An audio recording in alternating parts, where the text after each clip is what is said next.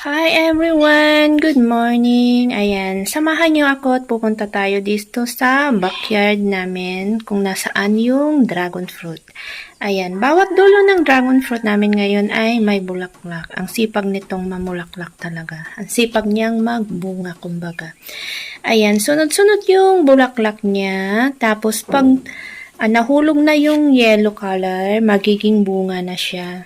Ayan, ang dami bawat dulo niya ngayon ay may bulaklak. Hindi naman lahat-lahat kasi yung mga maliliit wala pa pala. Sorry for that. And ayun, ito yung magkakasunod.